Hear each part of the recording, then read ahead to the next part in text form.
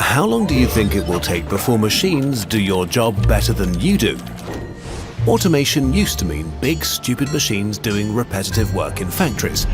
Today, they can land aircraft, diagnose cancer, and trade stocks. We are entering a new age of automation unlike anything that's come before. According to a 2013 study, almost half of all jobs in the US could potentially be automated in the next 2 decades. But wait, hasn't automation been around for decades?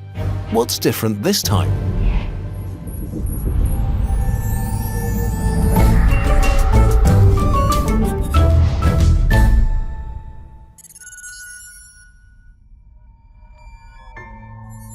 Things used to be simple. Innovation made human work easier and productivity rose, which means that more stuff or services could be produced per hour using the same amount of human workers. This eliminated many jobs, but also created other jobs that were better, which was important because the growing population needed work. So, in a nutshell, innovation, higher productivity, fewer old jobs, and many new and often better jobs. Overall, this worked well for a majority of people and living standards improved. There's a clear progression in terms of what humans did for a living. For the longest time, we worked in agriculture.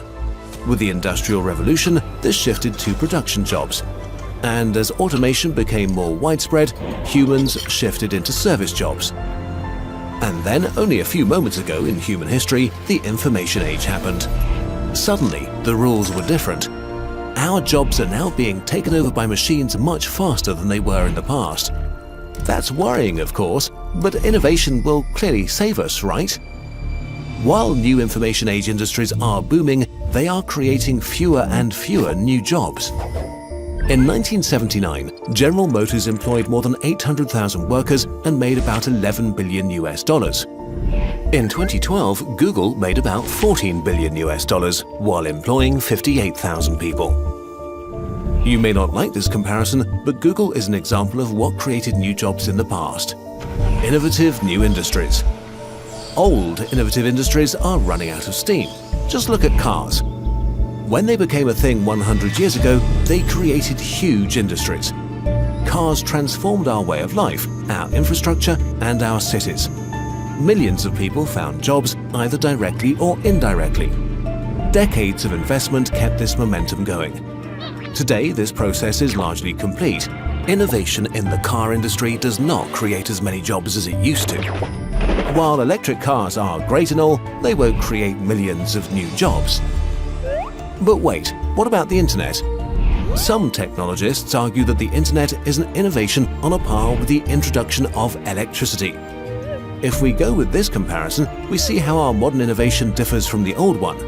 The internet created new industries, but they're not creating enough jobs to keep up with population growth or to compensate for the industries the internet is killing. At its peak in 2004, Blockbuster had 84,000 employees and made $6 billion in revenue. In 2016, Netflix had 4,500 employees and made $9 billion in revenue. Or take us, for example. With a full-time team of just 12 people, Kurzgesagt reaches millions of people. A TV station with the same amount of viewers needs way more employees. Innovation in the information age doesn't equate to the creation of enough new jobs, which would be bad enough on its own, but now a new wave of automation and a new generation of machines is slowly taking over.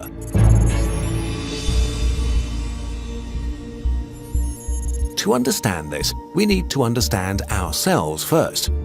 Human progress is based on the division of labor. As we advanced over thousands of years, our jobs became more and more specialized. While even our smartest machines are bad at doing complicated jobs, they are extremely good at doing narrowly defined and predictable tasks. This is what destroyed factory jobs. But look at a complex job long and hard enough, and you'll find that it's really just many narrowly defined and predictable tasks, one after another. Machines are on the brink of becoming so good at breaking down complex jobs into many predictable ones that for a lot of people, there will be no further room to specialize. We are on the verge of being outcompeted.